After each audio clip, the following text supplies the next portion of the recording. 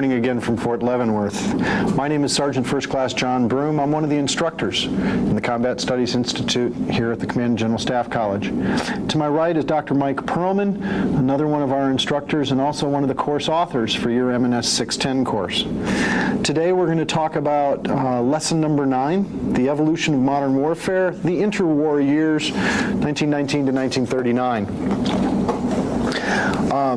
Our approach to talking about this subject for you today is first to deal with some specific approaches to this particular class in terms of ways to go about teaching it. And the second piece we'll talk about for a little bit is we'll try and give you some information and some suggestions for places you might want to go to take a look at some other reading to give yourself a little bit more of a background and an understanding of this very complex period.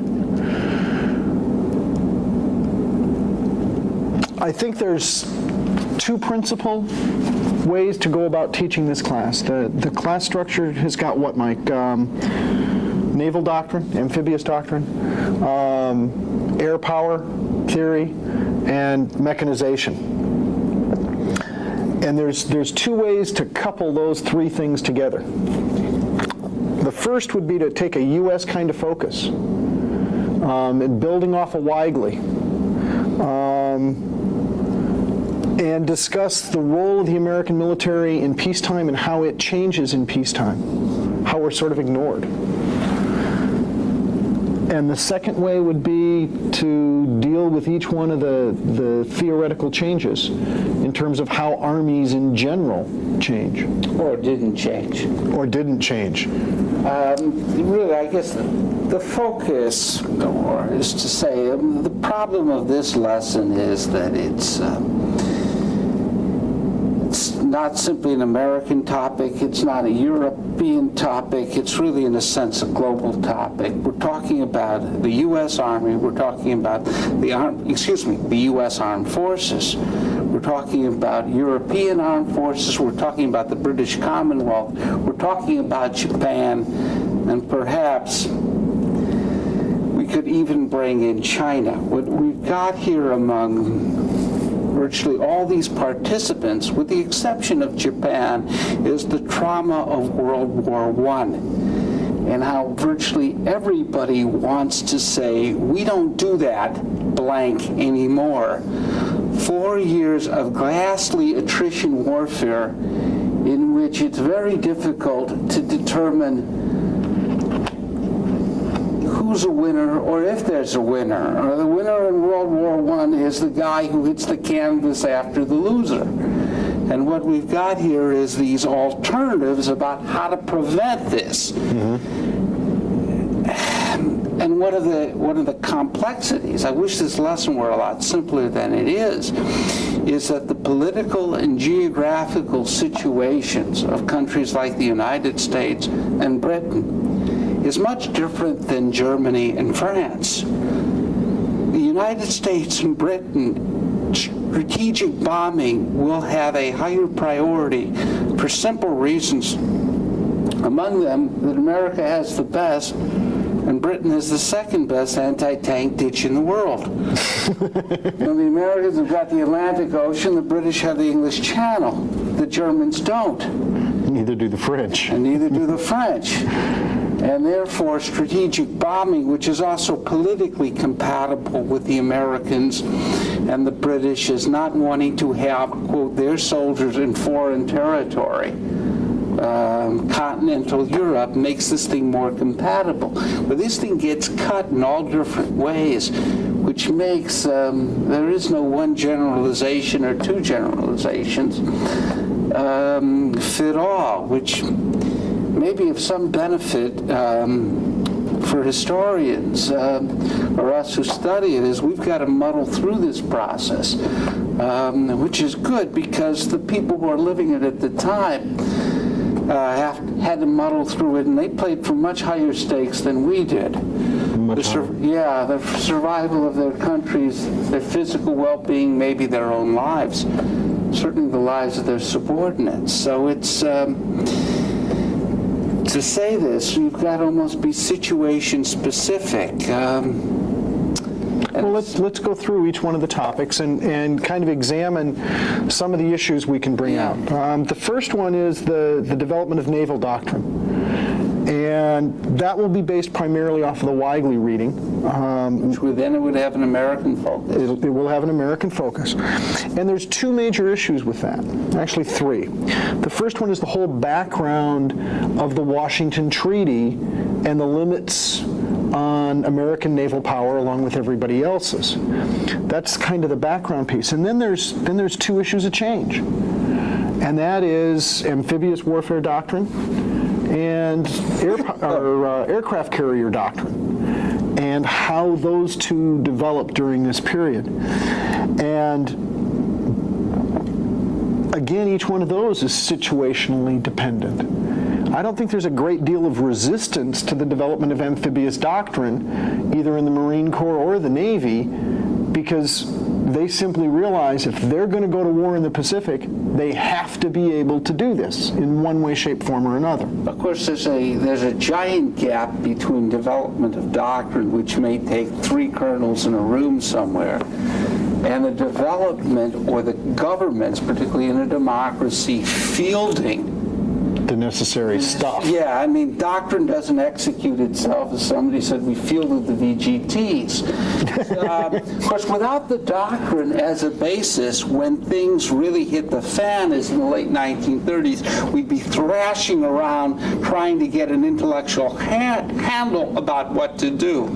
These men who performed a great service in obscurity in the 1920s and the 1930s at least gave the country a direction about what it had to do when it finally paid attention. And maybe this is the function, particularly in the 1930s in an isolationist country, of the great benefit that these Pete Ellis and the rest of these only now known to historians at the time dying in obscurity performed for the country. At least because they gave us that doctrine when the country became serious, it at least had a direction about how it would, what it would do if it became serious. Right, they'd thought through the problems. They thought through the problems they saw. Now, obviously, you can't do it in great minutia. In 1943 in Interwar, we found all types of problems in execution, which is where the rubber hits the road and where things become important, such as shore-to-ship communications. But at least we had the focus, and of course there's a terrible cost for experience where you find out it's these little things, the devil's in the details. But they got the orientation. Boy, we'd be in awful difficult shape. Pearl Harbor, if we said, my God, now, what? Let's fund the RAND Corporation and get a report in 6 years. Anyway, think about how to do it. Yeah. And the second piece of the doctrine kind of issue with the Navy is the rise of the aircraft carrier. And now with that one, there is a tremendous debate and struggle within the American Navy, and for that matter within the British Navy, and to a lesser extent the Japanese forces. A real struggle between the gun club and the battleship guys and the aircraft carrier guys. And it's not really clear coming out of the 1930s which one is going to be the war winner. So I'm sure experts in this topic can debate after the fact what's the war winner. There will be in retrospect, people who are typical, particularly in general, downplay the function of the battleship in the war. Remember, there is nothing that begins in World War II for the United States, no operation of any significance that doesn't begin with an amphibious invasion. And battleships are absolutely crucial for softening up the battlefield and giving fire support for amphibious invasions. I'm sure the gun club can make a good case after the fact, let alone before the fact, that we won the war. I mean, these things will go on forever. And aircraft carriers are of all this combat power, but particularly in the United States, it's a very exposed weapon system. Our carriers in World War II are made with teakwood decks, not steel decks. No expert in, it'll be a shock to you, I'm sure, what do you call this, nautical engineering, but a teakwood deck not only makes life bearable on an aircraft carrier because you're not living constantly at 110 degrees, but also allows you to have twice as many plates as a steel deck. The problem is this is a highly vulnerable system, particularly in combat when you're bringing all that fuel oil up on the deck. And a couple of hits on the deck will create secondary explosions.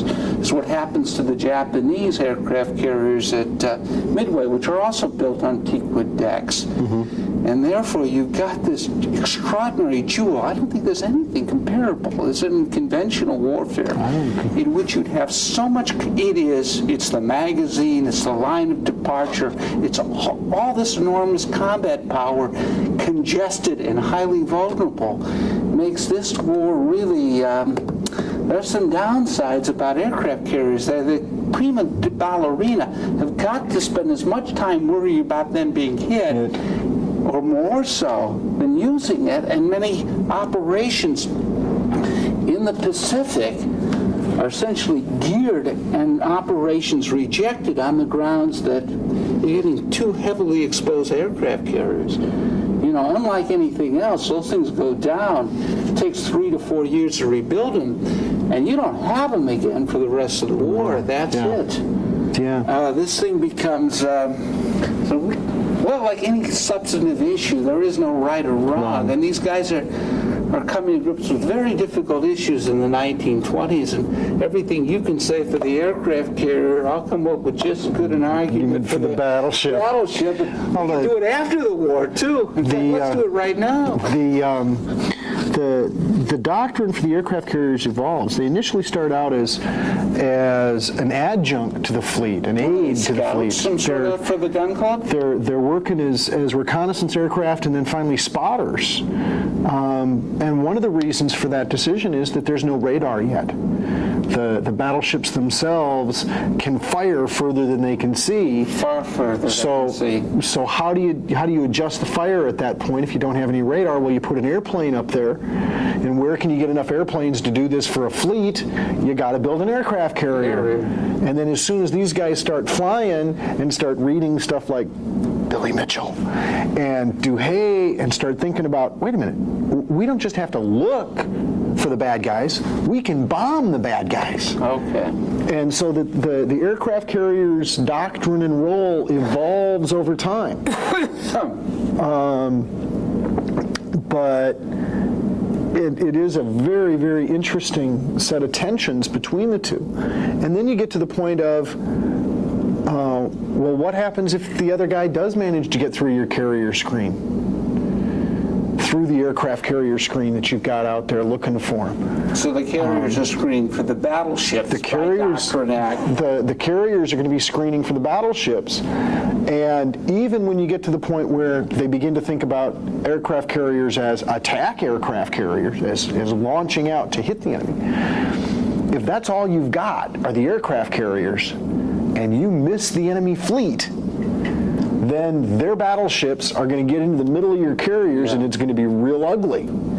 So you got to have this balance between the aircraft carriers that give you the reach and the battleships that give you the punch, and the aircraft carriers that lend protection to the fleet at a distance, and the battleships that lend the shield to the fleet at close range. You got to balance all of those issues out, and that's what the American Navy and the British and the Japanese were struggling with during the 1920s and 30s. Is, you know, what's the role, and then what's the ratio between these forces? Weigel brings out some of those issues in his writing. Air power theory, though, which plays right back into that aircraft carrier piece, is a whole other issue when we start talking about the rise of strategic bombing, which is the second major topic in the lesson. And you alluded to the role role that air power will play in the United States and in Britain. Well, particularly strategic bombing, because the geographical positions of the United States and Britain, which have geographical protection, the idea that perhaps then using these natural borders of ocean, that if necessary, we can stand off and beat an opponent from the air with the hope that it's sold by the aircraft. Now, or the bombers, which is, remember, this is new. It's been tried in, I guess, some Zeppelin bombing of the Germans on London. But it's never really been put to the test, and these individuals want to sell their product that hasn't really been test marketed, and therefore, and frankly, to sell anything in the world, there has got to be exaggeration. I mean, if anybody were on, we always discount what anybody says 50% to begin with. So if these people were giving you very somber, what I'd say, worst case, pessimistic analysis of their capabilities, you discount that in half to begin with. And you completely discount them, so they are going to naturally probably argue that they're war winners by themselves. Argue virtually by themselves, and I want to say that this is a conscious deception, because it's so easy to deceive ourselves first, but there is no hard data to discount them, and obviously they are putting great faith in what they're doing. And there's other things, I'm not sure in the British system, but in the American system is where the Army Air Force is still a branch of the Army. Now nobody's being funded, but at least the Air Force can claim we've got martyrs, because they are taking off in these terrible planes, trying to land in these terrible airfields with virtually no communications. They've got semi-wartime casualties during a peacetime environment, which, at least I know you're in the armor thing. Your thing doesn't work. You kick the treads, you hitchhike home. Those guys don't work. It goes down. You've got 2 more martyrs there come Friday night. So they are particularly going to be perhaps over-enthusiastic, saying we got the war winner, because life for them, being underfunded, is far more dangerous than it is for anybody else. Although the Air Corps was funded more than the rest of the Army was, because of that strange attraction the Americans have for the new gizmo. Yeah, okay. And the flyers were romantic, and they were romanticized. Yeah, romanticized. Oh, you don't want to say romantic, not on television. Don't leave that one go. But they became idols. They became idols for the public. Well, in the war, okay, but I'm not sure they were necessarily military flyers. Obviously, the closest thing we really had to a national hero in the 1920s is Charles Lindbergh, obviously. But the whole aviation industry as a whole was the focus of a whole lot of attention. And from that comes interest, and from that will come some political clout behind it as well. But their argument, which is extraordinarily attractive in the backwater of World War I, which is saying we don't need 4 years of living like a mole in trenches, gas warfare. We can get this thing over with a relatively small band. It's very popular in America and Britain, which doesn't have large conscript armies. A small band of highly motivated knights of the round table volunteers, which means Joe Sixpack, the slugs like me, don't have to go into the service, and they can win it in a relatively short time. And this is, of course, very big in the U.S. with, quote, precision bombing. Yeah, precision bombing by planes of the 1933 variety. Give me a break. But anyway, is then getting this thing war over fast. And by the way, it would even be the United States, precision bombing means we'll find some sort of bottleneck industry. And take out the one key industry, and then the whole thing collapses. Just collapses. And doesn't this beat the Argonne Forest? Oh, absolutely. Verdun, Oh, the absolutely. Somme. I'll tell you, sounds a lot better. Again, it should pass if it sounds too good to be true. Yeah, it probably certainly is. was. Yeah. Well, no, the original air power theorist, Julio Duhay from Italy, it's interesting that this theory comes out of Italy first, although the Americans and the British are playing around the edges. He's the first one to get it published. A couple interesting comments to make about Duhay. First is that he writes a theory that's held up fairly well for the last 100 years, or not 100 years, but the last 80 years, that, air power and air superiority can be pretty decisive, and he talks about, the impact of that. And although it's never really quite been fulfilled, people will argue that Desert Storm, was coming pretty close to proving it, et cetera, et cetera. And not only that, but the Air Force guys at Desert Storm, and he said so in retrospect, now we can prove Duhay's theory is correct. What we have promised. Now, sure, we were important in World War II, but it proves out to be that if we had delivered what we had promised, there had been no need for a D-Day operation. There'd only be a few guys going ashore collecting mass surrenders. Right. Now we can do it. Yeah. And therefore there becomes this great tension within Desert Storm of, come on, give us 2-3 more days at Baghdad. They're about to surrender, when the U.S. Army ground forces are arguing no. Sure, you made an extraordinary contribution, but you've now got to go into tank plunking. Give us close air support, which is, of course, what the Army, the real Army, says has always been the function of the Air Force, whether they know it or not. But he builds this theory off of 5 or 6 years of experience.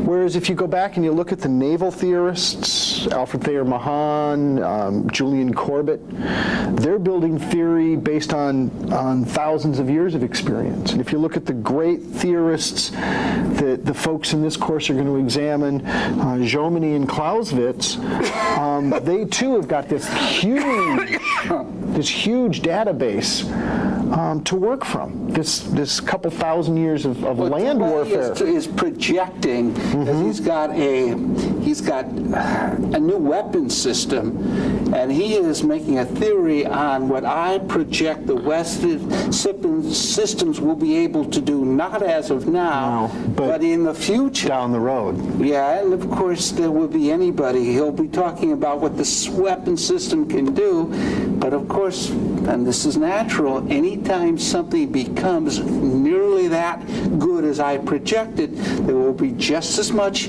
if not more, energy and economic investment in coming up to a counter to that weapon system. Right.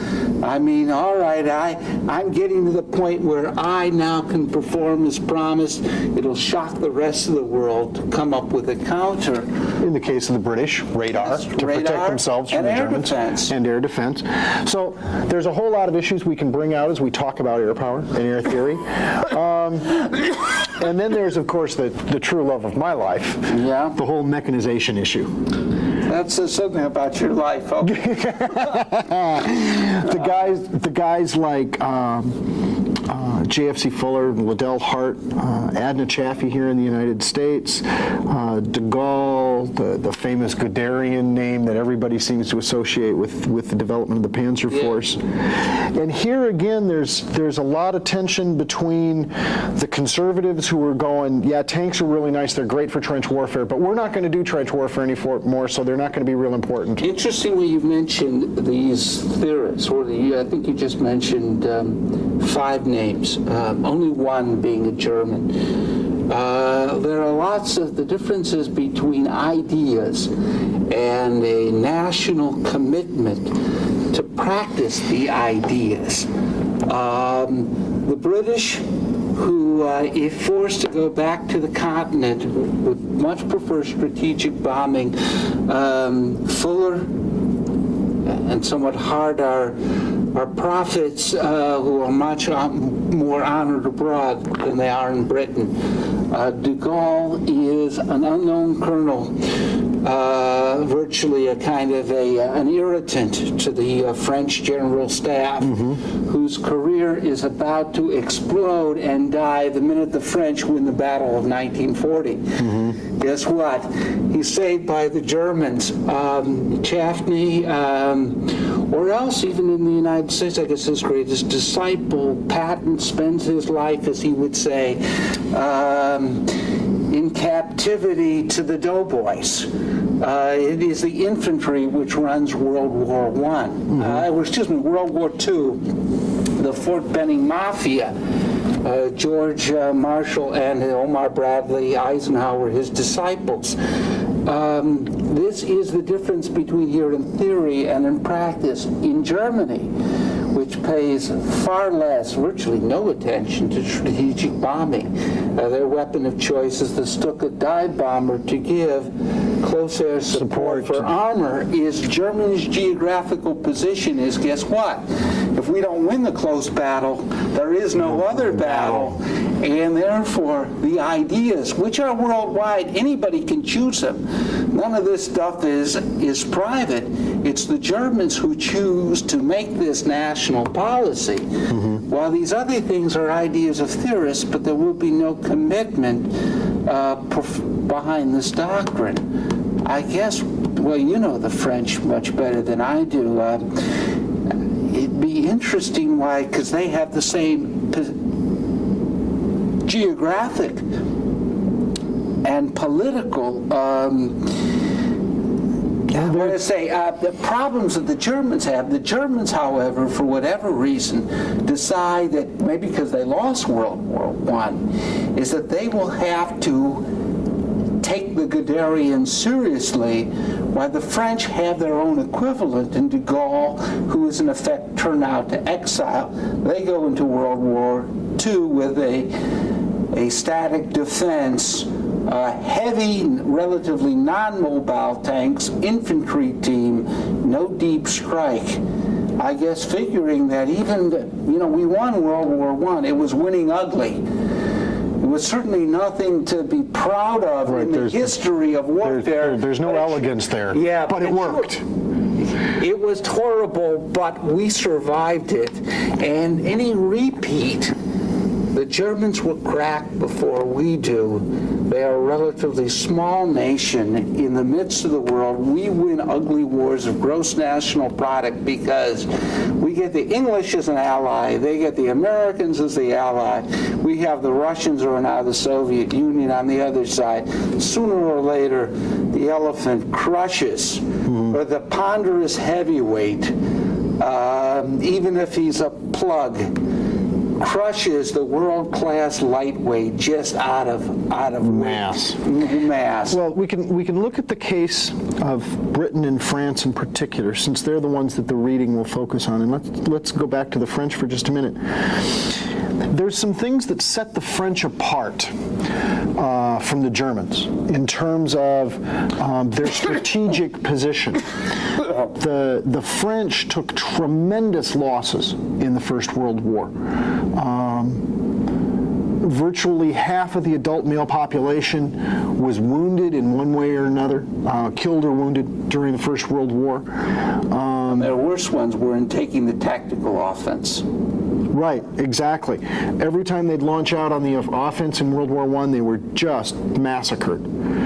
So they developed a very careful technique toward the end of the war of very limited offensives, a lot of preparation, very, very methodical approach to the battle. That will be their tactical approach as they go into World War II. Even more so, in a sense. The difference between World War I and World War II is that, well, in World War I, the French had lost the last war to the Germans, 1870. They have territory to liberate, to take back. This is the impulse. They have to take the offense. In World War II, in 1939, 1940, they want to protect what they have. It is the Germans who have the political and strategic necessity to take the offense. So the French could say, lesson learned World War I is that he who takes the offense is just not a 3-to-1 disadvantage. Who knows who won 8 to 9-to-1 disadvantage taking the offense. Let's sit back. In effect, to the point that we even have tanks, it's to get us to the point of battle. Very heavy, ponderous tanks going about the speed of straight-legged infantry, 3 miles an hour. And if we can hit the Germans, then head on, or they can hit us. Rather, when we take our firing positions, we're going to stack them up like cordwood. I guarantee it. Well, there's some domestic and diplomatic pieces to why the French end up with this defensive doctrine.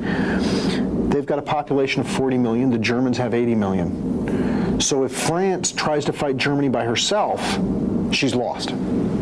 She doesn't have the industrial capability on her own. She doesn't have the population base on her own. So she has to draw in allies. It would look much better if I'm on the self-defense rather than taking the offense. Absolutely. This opprobrium that goes with it. Absolutely. But the French also figure that it's going to take some time to bring those allies in. And who are the two key allies? The British and the Americans. Both of whom who vow up through 1938 that we're never going to go to Europe again. Another one I guarantee. And they also have small professional armies. So if they're going to come to the continent, and the French are convinced that the situation will be bad enough that, yeah, they will. They need time to mobilize. It took the British 2 years to mobilize Kitchener's armies from 1914 to 1916 before they could put them en masse on the continent. It was about the same time period for the Americans. If we declare war in April of 1917, we really start fighting in August of 1918 in a big way. But even then, there's not a whole lot of Americans involved yet, and it's going to be the spring of 1919 before that huge American force is ready. That was the prediction. That's the prediction. So we need 2 years. If we're the French, we need 2 years for our allies to mobilize. We have to hold the line for 2 years. From that flows the Maginot Line. Then domestically, you have the whole issue of the revulsion against the war, the split between right and left, the inability to develop a major national consensus, a war exhaustion, small year groups that leads to a desire to save money, to economize on the army, which eventually will lead to 2-year terms of service, 18-month terms of service, 1-year terms of service, and finally 6-month terms of service. They're training soldiers and releasing them in 6 months. And therefore what they can train them for, even at the best, is to defensive warfare. Yeah, is to get yourself in a bunker with a slit out the middle. And pull triggers. And pull triggers. This was considered, as you say, France has got enough problems in the world with Germany. And they make their things even worse by politicizing their military defense posture. In other words, what is politically correct.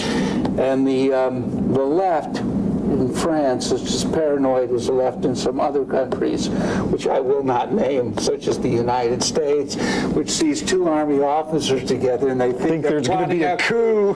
is that they do want to, quote, get in all the Joe six-packs, rather than having this band of brothers in the armor units. A professional army. Yes, which can then do these deep strike operations, which obviously takes a career commitment and a career of training, is considered politically incorrect. It's far more compatible to a to have a people's army. yeah, for the socialists and to the left, a very strong communist party in France, the fascists, German and Italians find this elite band of warriors to be far more politically acceptable. Absolutely. And it would be, but it's something we face in the United States too.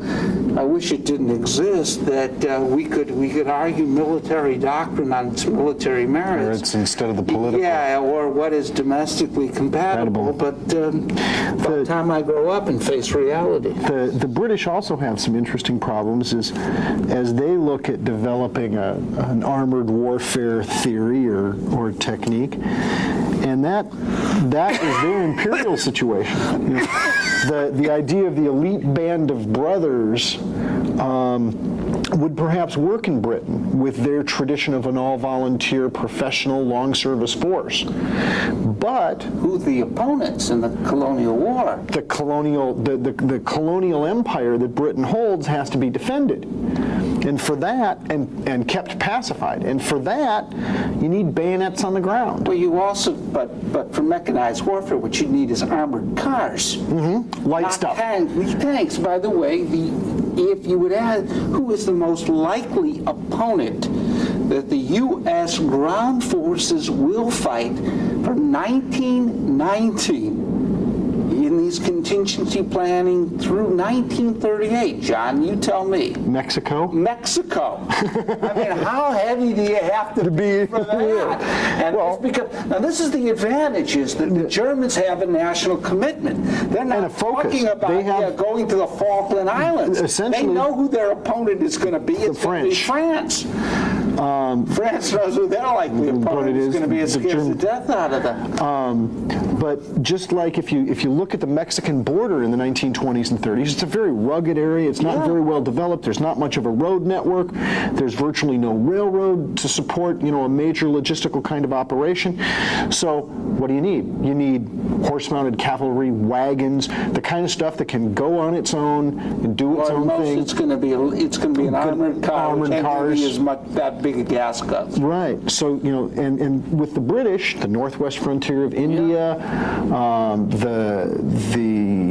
Afghanistan, Africa. And this is, of course, the argument for the strategic bomber boys in both countries, is that guess what? Well, we cannot defend in these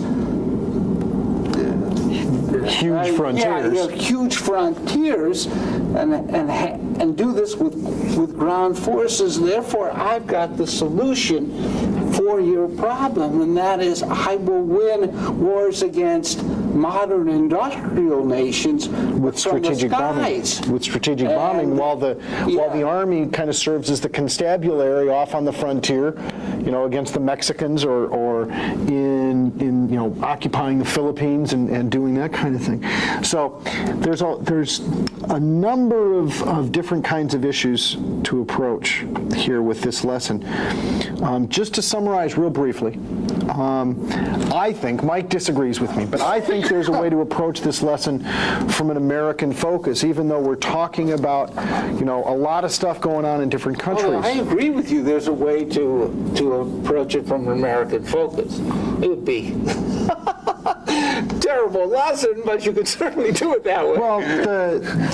Well, my reason for thinking about looking at it that way is we've had an army of 700,000 or more since the late 1940s, and a lot of us that have been in the Army for a while look at that as that's the normal way for the American military to be structured, is a large organization and everything else. Very good point. By looking at the interwar period with a not solely American focus, but a more American focus than the lesson seems to indicate is possible, we can see that 40-year period from 1950 to now is the exception in American history rather than the rule.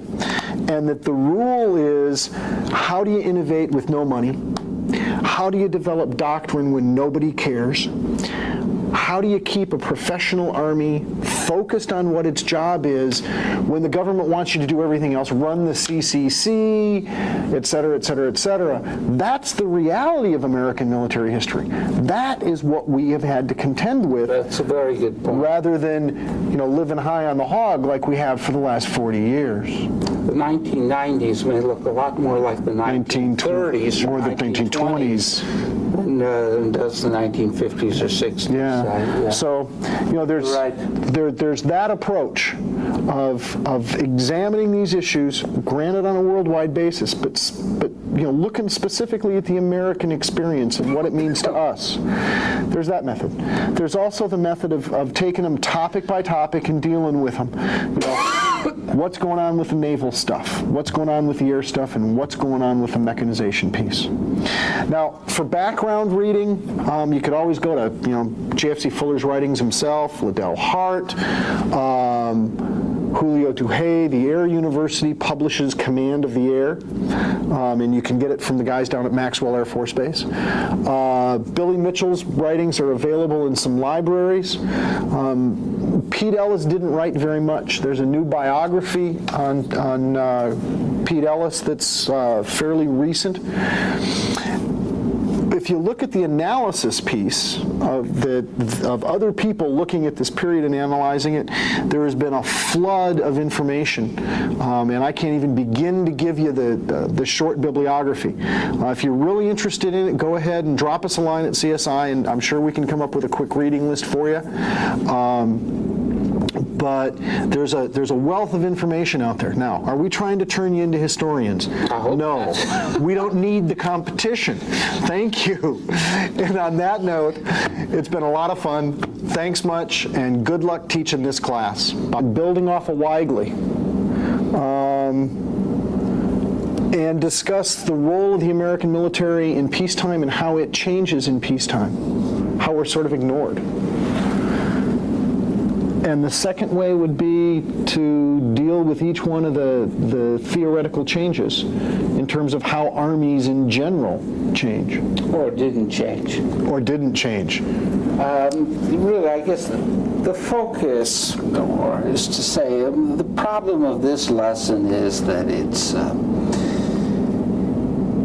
not simply an American topic, it's not a European topic, it's really in a sense a global topic. We're talking about the U.S. Army, we're talking about the U.S. Armed Forces, we're talking about European armed forces, we're talking about the British Commonwealth, we're talking about... To this particular class, in terms of ways to go about teaching it. And the second piece we'll talk about for a little bit is we'll try and give you some information and some suggestions for places you might want to go to take a look at some other reading, to give yourself a little bit more of a background and an understanding of this very complex period. I think there's two principal ways to go about teaching this class. The class structure has got what, Mike?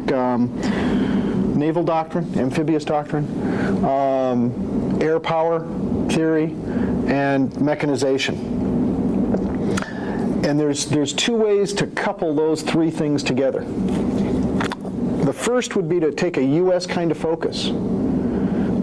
Japan, and perhaps we could even bring in China. What we've got here among virtually all these participants, with the exception of Japan, is the trauma of World War I, and how virtually everybody wants to say, we don't do that blank anymore. 4 years of ghastly attrition warfare in which it's very difficult to determine who's a winner or if there's a winner. Or the winner in World War I is the guy who hits the canvas after the loser. And what we've got here is these alternatives about how to prevent this.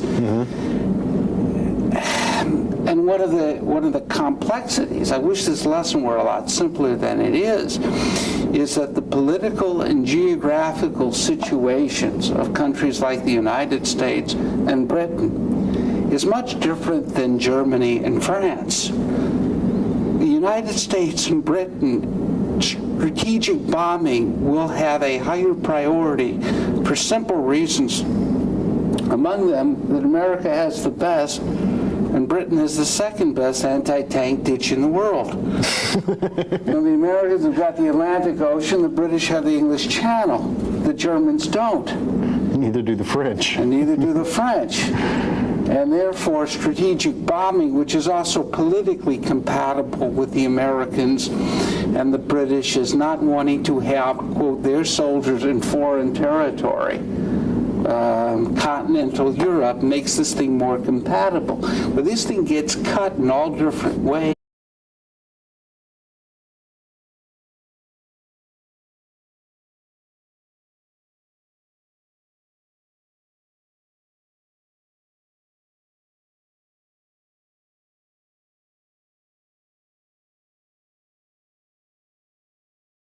Morning again from Fort Leavenworth. My name is Sergeant First Class John Broom. I'm one of the instructors in the Combat Studies Institute here at the Command and General Staff College. To my right is Dr. Mike Perlman, another one of our instructors and also one of the course authors for your M&S 610 course. Today we're going to talk about lesson number 9, the evolution of modern warfare, the interwar years, 1919 to 1939. Our approach to talking about this subject for you today is first to deal with some specific approaches